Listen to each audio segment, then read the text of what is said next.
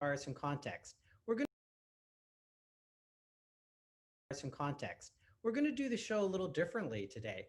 I'm delighted to be joined by a co-host, someone many of you know, Dr. Eric Topol, who is the editor-in-chief of Medscape, and our guests today are Dr. Stephen Hahn, the director of the Food and Drug Administration, and Dr. Peter Marks, the director for the Center for Biologics Evaluation and Research at the FDA. Gentlemen, thanks for joining me. Yeah. Thank you, John. Thank you.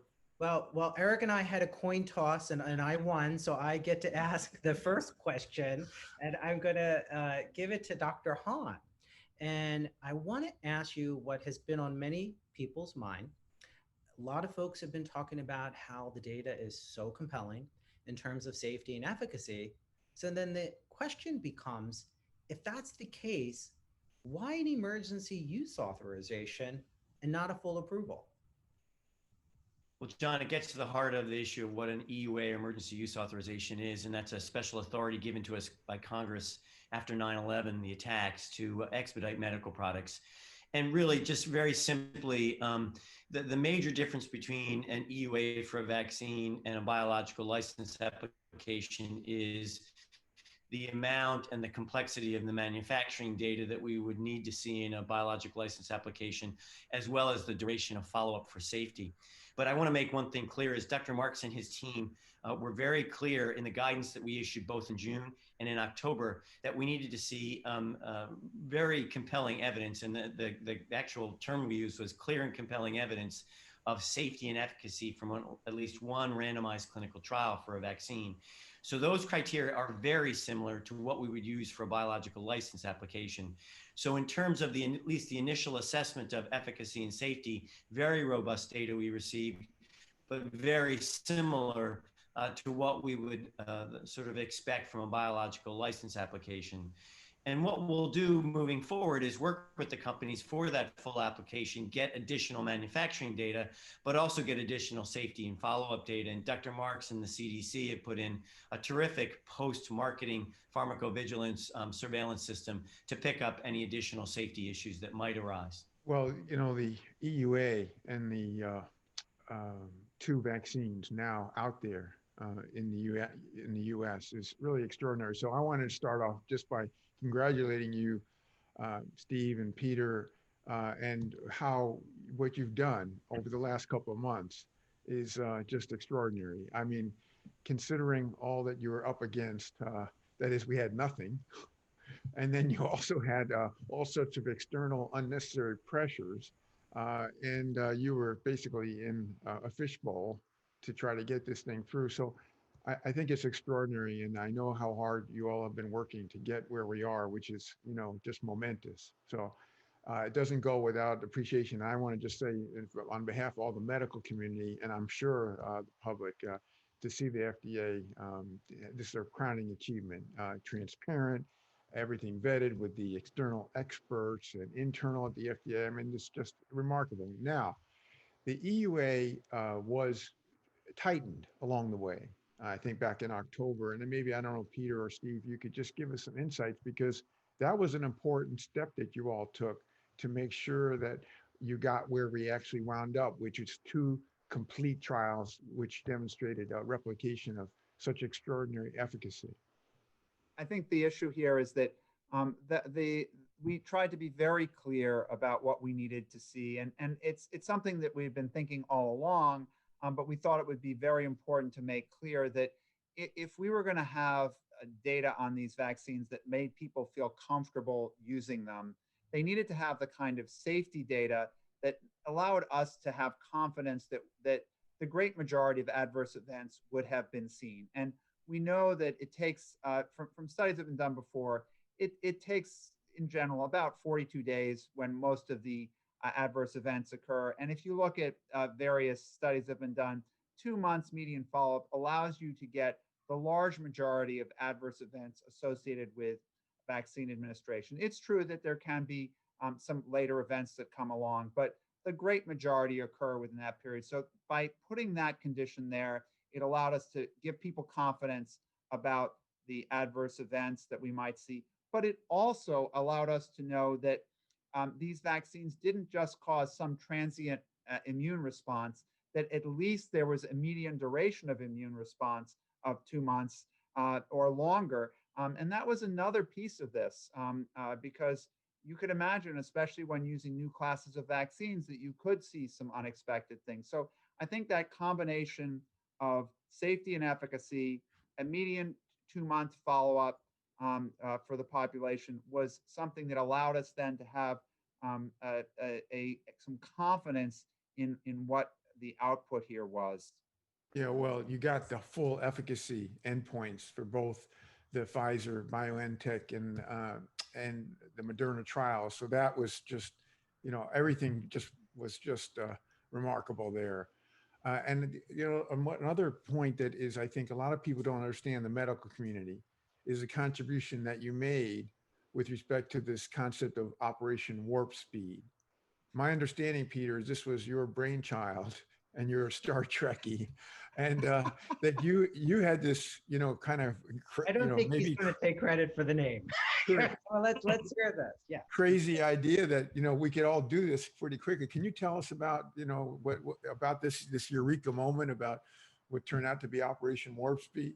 Yeah, Operation Warp Speed started from something that we started internally at FDA, which was Project Warp Speed, which was how could we internally speed up the regulatory advice that we would give to product developers.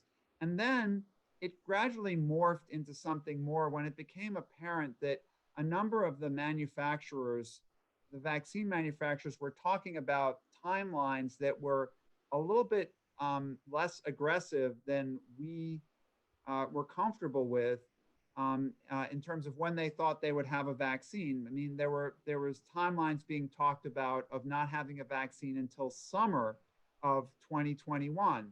And when looking at modeling exercises, we were able to see that was not really going to be a great thing, because we could already predict that we were going to have issues this fall and winter.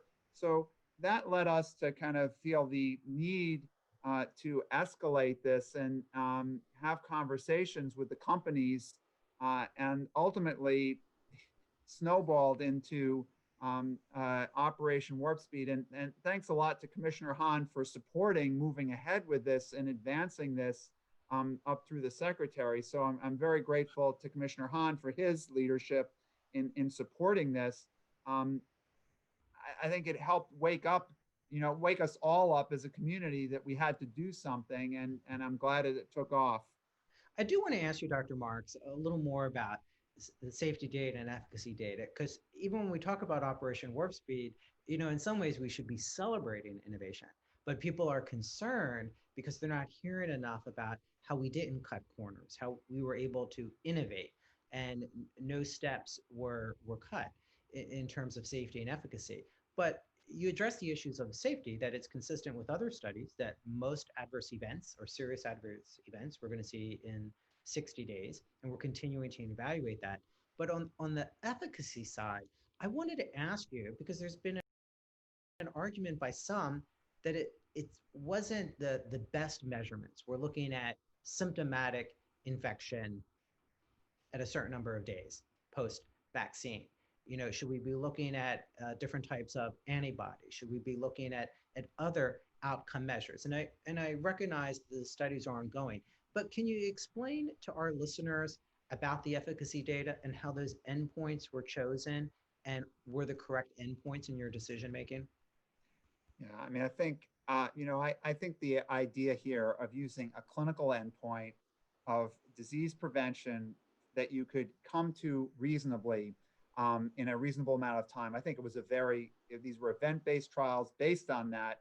I think it worked out actually quite well. In general, what we've seen with vaccines is if you can prevent, mild to moderate disease, you generally have a beneficial effect on severe disease. I mean, think about it with influenza vaccine. That's how it works there too. Even if you're not completely protected against flu by flu vaccine, you generally can show an effect of actually lessening severe disease. Same thing for any number of other diseases. So although some would say, well, we should have had a more severe disease endpoint. Some would have said, oh, well, you haven't done an asymptomatic carrier study. The problem was to try to actually swab people's noses daily for 30,000 people. That was going to be a real challenge. So I think what this was a balance of somewhat pragmatic approach with what I think is a very valid endpoint, a disease endpoint, which I think we'll follow up. Now, the most important place to build next is, can we see that there are immune correlates of protection from the blood samples that have been obtained that help us understand, for our next trials moving forward, do we have an immune correlate of protection so we don't have to use clinical endpoints? And what is that immune correlate that you're looking at? So I think the immune correlates that we'll look at will obviously be antibody levels, and in some cases will be the T cell, the immune responses that we're seeing, whether it be a T cell response or an or a humoral immune response, will be hopefully things that will correlate with protection here. I wonder, Steve, I can go back on the timing issue, because one of the things that I think a lot of people don't realize is this hyper accelerated schedule from a sequence of the virus, January 10th, to the beginning of phase 1/2 trials in Moderna in March. And then this seamless, you don't stop after phase 1 and 2, you go to phase 3, everything is moving. And then on the other hand, critique that, oh, well, how come the UK got to get their approval, whatever, a week or 10 days earlier? Can you speak to, you pulled out all the stops to move this so fast, and then you get some flack about the UK getting a review earlier. Can you kind of balance this out for us? You bet. Really, really terrific question. So you really nailed it, Eric. Peter and his team, what they did worked very early on with the developers of vaccines to reduce the time in between the different phases, if you will, of development, to compress that time schedule, not to cut corners in the development, but to go seamlessly from animal studies into phase 1, and then phase 1 to phase 2, and then phase 3. And then, of course, had to wait for the events for phase 3.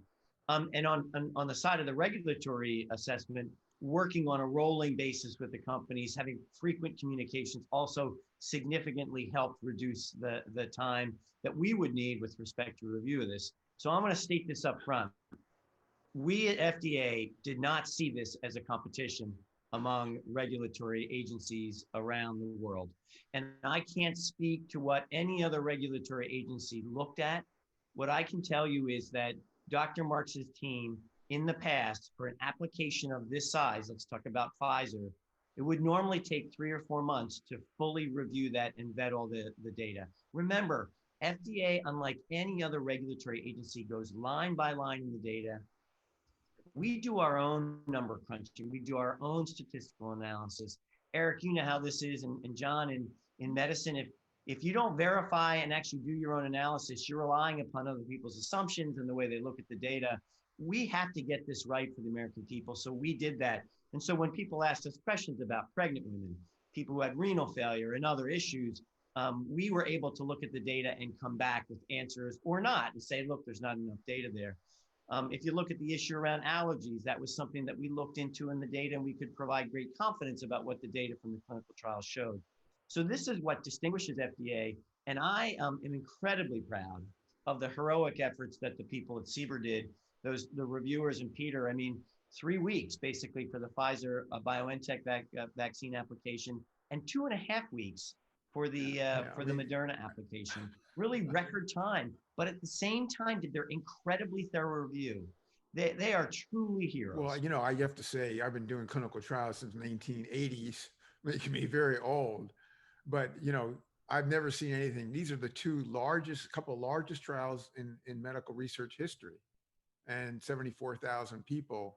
It's really quite extraordinary how you got all this done so fast. Now you set a new standard, which will not be easy to replicate.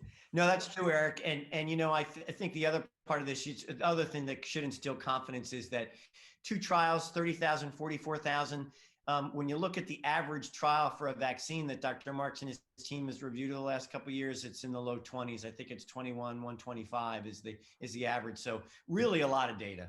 Yeah. Let's talk about children. I asked Dr. Fauci about that yesterday, and as you know, Dr. Hahn and Dr. Marks, even in my time at FDA, we would say children are not mini adults. So we don't necessarily extrapolate findings in adults in children less than 12, recognizing that there are changes based on age. So as we talk about the reopening of schools, as we talk about the symptomatic and asymptomatic journey of the disease in children, tell us your thinking in terms of what needs to be done in terms of studies in children, whether that needs to be a priority or we have enough information and we should focus resources on the adult population. Really, this is a great question. And we have to study children because the only way we're going to stop the COVID cycle is to immunize enough of the population that we don't have individuals that are mainly asymptomatic, although children do get COVID-19 symptomatically, but we're going to need to stop the spread. So we're going to need data in children, and we're going to need data that we can trust. And that means we're going to have to do clinical trials in the manner in which we've done them for other vaccines, which means we'll do age de-escalation. You'll, in the very near future, probably see trials starting where you'll see 12 to 15-year-olds enrolled in the first cohort, followed by 7 to 12-year-olds, followed by younger children. And those will be critical to have those studies, especially because it's not totally clear that these vaccines will be absolutely safe from extrapolation in those younger populations, because we do see this inflammatory syndrome, and we want to make sure that we're not going to see something there that is unexpected. So we do have to study them. We can't treat them as mini adults. Those studies will get started. Now, the hope too is that we'll be able to use some of what we've gained in terms of immune cohorts of protection to accelerate that study, but we need the safety data in those populations for sure.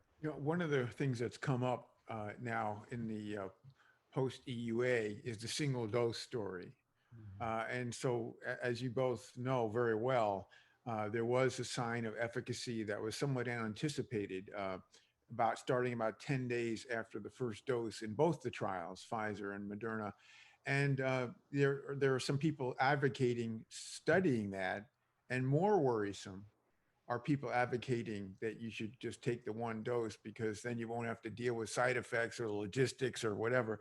Can you speak to this? Because I think there's some real concerns about potential drop off of efficacy. And it's the only thing that was tested was 2 doses. This is something that I understand the temptation here, but we spend all this time and effort doing really good science, right? We actually try to do the science right. And then, let's just throw it all out and just do what kind of sounds none, good. isn't it, Peter? One's better than none. Yeah, well, one's better, but actually, there are social scientists that will tell you that one could be worse than none if what one does is makes you throw out all of the protection you're taking and rely on something that might not be true. So let me just tell you why you need the science. We know that there's a trend towards, it looked like, right, that there was about 50% efficacy between dose 1 and dose 2 with the Pfizer vaccine, for example. And the problem is that nearly everyone got both doses of the vaccine. So we don't know if after one dose, you could have 50% protection, but maybe it only lasts for 2 months. And so we just don't know what that answer is. So I think as Dr. Topol noted, it's not crazy to actually study this. It's a reasonable question for study, but to just go off and do this, I think I don't want to say something too critical, but I think it's not exactly responsible, because people need to know. The reason why I see healthcare providers sending me pictures where they're smiling, despite the fact that you can see it hurt that the vaccine went in, or they felt kind of crummy the next day, is because they know that they're doing so with the risk of that discomfort balanced by a benefit of a vaccine that they know to be 95% effective. And that is that kind of calculus gives people confidence. If you have something that, well, maybe it's 50%, but we really don't know how long it lasts, I think that's not a good risk benefit calculus to give people. And I think that undermines vaccine confidence. So I think the problem too is people are misinterpreting the data. Some people are yes, reporting it's 90% effective after dose one, and they're not taking those points that you're considering. I know Dr. Topol got the vaccine. I'm getting the vaccine next week. May I ask you, gentlemen, are you scheduled to get the vaccine? Have you gotten it already? John, I have not gotten it, and I'm waiting for my provider to tell me when it's appropriate for me to get in line and get it. But I can tell you, there's no hesitation on my part. When it's my turn, I'm going to take the vaccine. I do have an adult child who's gotten it because he's a healthcare worker, so and tolerated it very well.